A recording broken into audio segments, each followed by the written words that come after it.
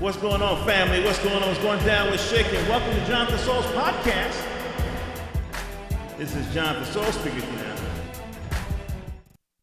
Yo, family, this is your host, Jonathan Soul, and about to hip you to a groovy comic slash graphic novel slash art book that you definitely need to add to your collection. We're talking about the Val-Mar Gifted and Cursed series. I'm going to talk a little bit about book 1 and book 2. This epic work of speculative fiction comes by way of Gray Williamson. If y'all listen to my show for any length of time, that means you're quality people. If y'all listen to my show for any length of time, you know that certain names keep popping up. You know, one of them, of course, is Mishindo Kumba. When I ask Mishindo Kumba, and when I talk to people, they say, "Yeah, Mishindo helped me with this," or he provided some guidance with that or whatever. And when I talked to Mishindo was like, "Yo, the person who put me on, the person who provided guidance and for me was Gray Williamson." So it's just a beautiful thing to see, that even this community got layers. Not layers of who is better than who, but layers of people who help one another achieve greatness. You follow me? So Gray Williamson is such a one. So Val-Mar, Gifted and Cursed, book 1. You see the cover here, teasing you with a little bit of color because it's a black and white book. Gray, dabbles in the color on the covers. And when you go in, you don't miss it. But man, if you ever did a color spread, Gray, that'd be awesome. All right, so we're gonna go into it. So it's a little dreamy, right? It's a little dreamy. I get the vibe of like a Twilight Zone, episode happening in a lounge someplace. You see this gorgeous woman just kind of laying there, kind of caught between, a dream and a wake state. You can see what she's talking about out on the street. You've seen them talking to themselves, angry, strange, crazy, long conversations. You never know what somebody's working through. I didn't get it. That changed. Everything was different before. I used to sleep so good. So good. Dreams. Mine were always the same. Rolling hills, green trees. You could smell them, the greenest. And the skies, always the clearest blue. You could see for days. And so, you kind of being quietly set up. Now, when I look at this book, when I watch how he kind of lays out the story in terms of how events are set up, it reminds me of Joe Sample. If y'all remember Joe Sample, if y'all familiar with him, he's a master pianist in the jazz tradition. But, what kind of makes him distinctive, one of the reasons, is that he has a generous amount of space between notes. And I feel like with the way this story is written, that it kind of has that same feel. Now, I would contrast this with something like, Brother Man, yeah, Daoud Onyebuile, or even Power Knights, right? Or even Black Sun, where there's a lot going on, right? A lot of beats in between beats. And so to me, that's more like an Oscar Peterson if we're comparing like pianist styles or whatever in terms of storytelling. So we go on through here. It's beautiful. You see the horses or whatever. Now, I'm looking at this, by the way. They aren't in print yet, to my knowledge. So I'm looking at it on my little tablet, laptop combination joint. And this really looks gorgeous backlit. I want to see it in print. Obviously, I got a ton of print books here, but I would love to see this.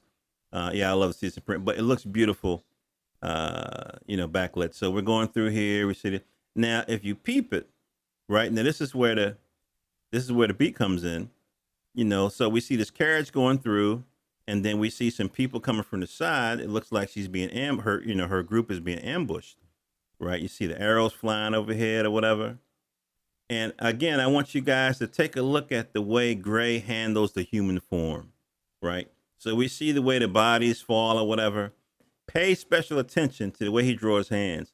It has that old school comic vibe where, hands are almost, always in this kind of, I don't know, this kind of Michelangelo, Jack Kirby kind of grab thing or whatever.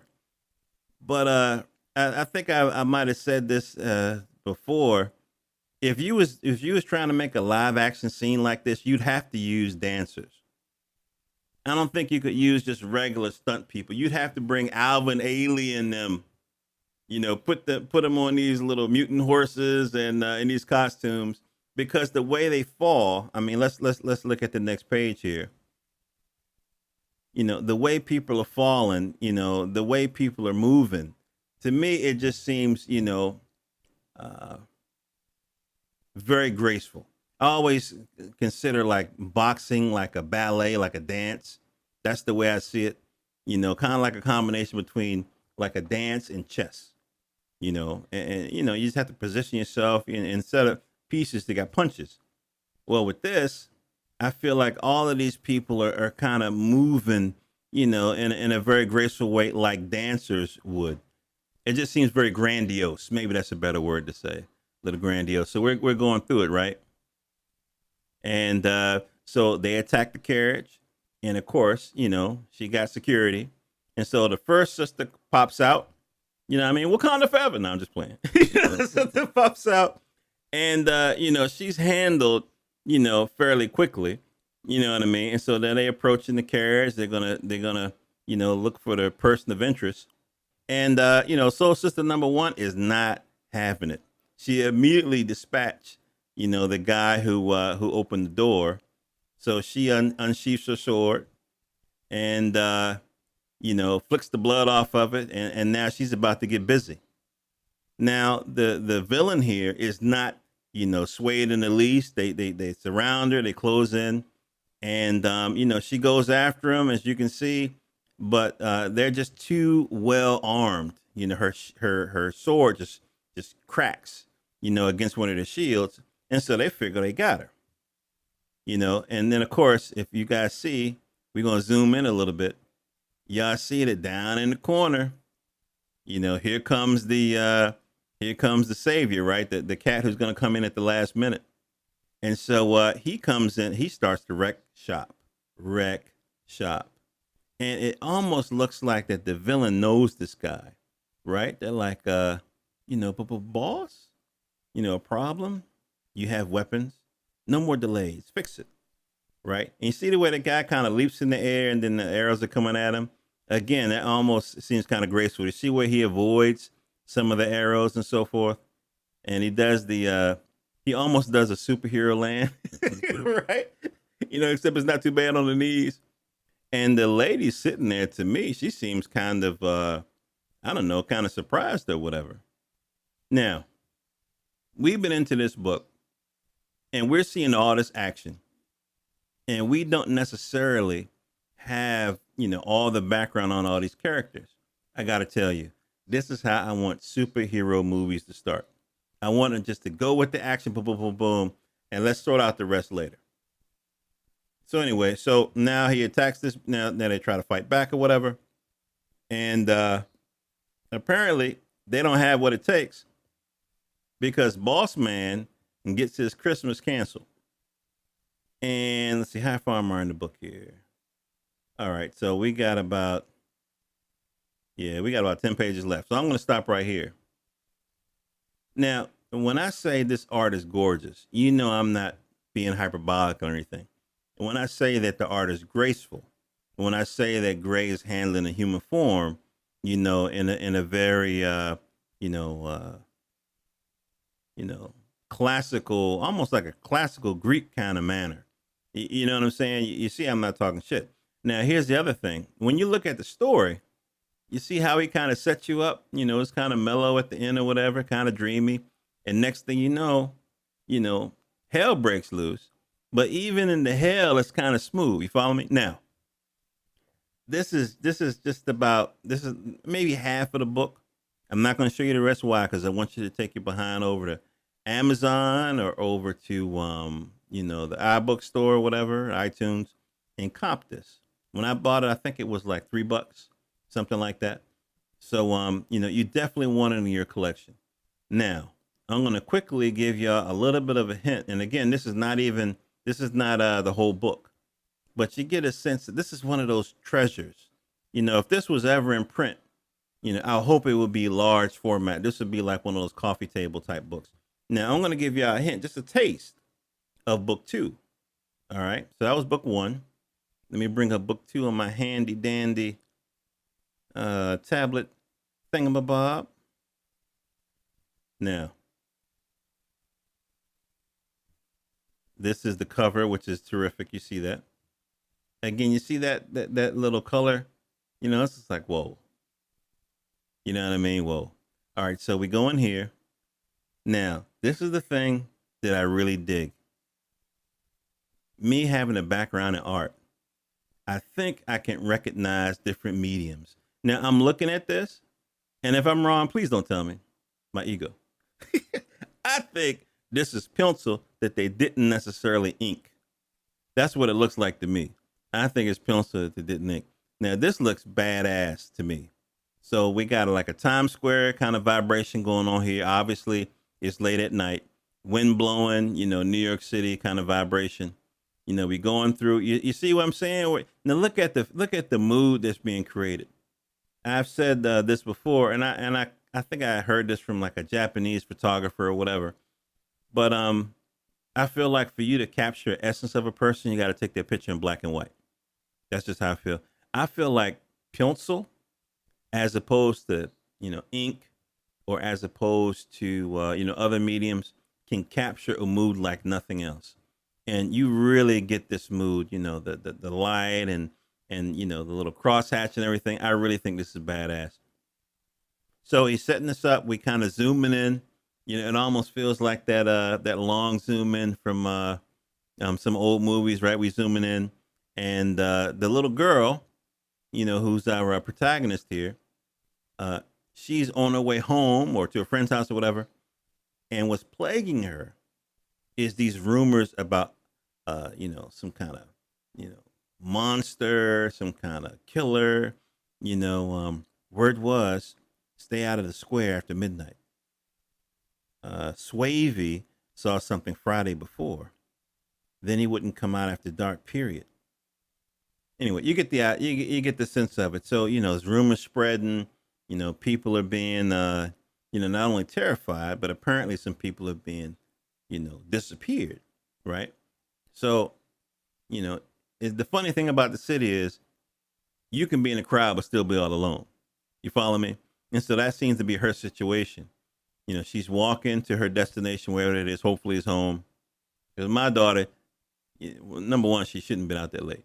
Number two, you better get your ass home. So she's trying, but is it paranoia? Right? She thinks she sees something up here, and then she looks again, and then it's gone. You know what I mean? Now, just look at the way Gray handles, the city, of course. Even this little girl's face, you can really feel, the tension. And again, she keeps looking up, thinking that she sees something, right? And then you look at the pavement or whatever. You see, the little teaser, judgment, the hour of judgment is upon us, or whatever. Now I'm gonna stop here because how many pages I got left? Oh man, I'm not even halfway through the book. I'm gonna stop here because what I want you to do, I want you to cop this book. Number 3 is coming out pretty soon, and then by the time you guys get these two and go through them, you'll be ready for number 3. I'm not sure when 3 is going to drop, but I wanted to do this kind of review to let you know about this terrific piece of art. Now, again, I'm going to hit Gray up on Twitter and see if there's going to be like a print copy coming out. I hope so. Now, you guys can go not only to Amazon, right, the Kindle store, and get Val-Mar, Gifted and Cursed. This is book 2 we just looked at, half of book 2. You can go to the iBook store, or you can go to Gray's website. You can go to carbon-fiber.me, right? So carbon CARBON hyphen fibre or fiber, whatever, however you pronounce it, .me. And what you'll find there, obviously, you find links to the book. You also find out that Gray is like a classical kind of an artist. You know, classical artists, they do a lot of different things. You know what I mean? And he's a sculptor, for example. You can see some of his work. It's a drag. By the time I looked at it, all the shit was sold out. You know what I mean? But you can see that he's done some sculpting. There's even some kind of bobblehead looking dogs there that he's done some work with one of his artistic collaborators, and yeah, you'll see some other stuff there. So definitely check him out. Follow him on the social media, and support this brother's work. Love you guys. All your dreams come true. Be the good father. Be the good uncle. Be the big cousin. You know what I mean?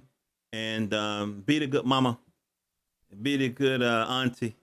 Yeah, you get what I'm saying. Grab these books and yeah. John the Soul, johnthesoul.com. Peace.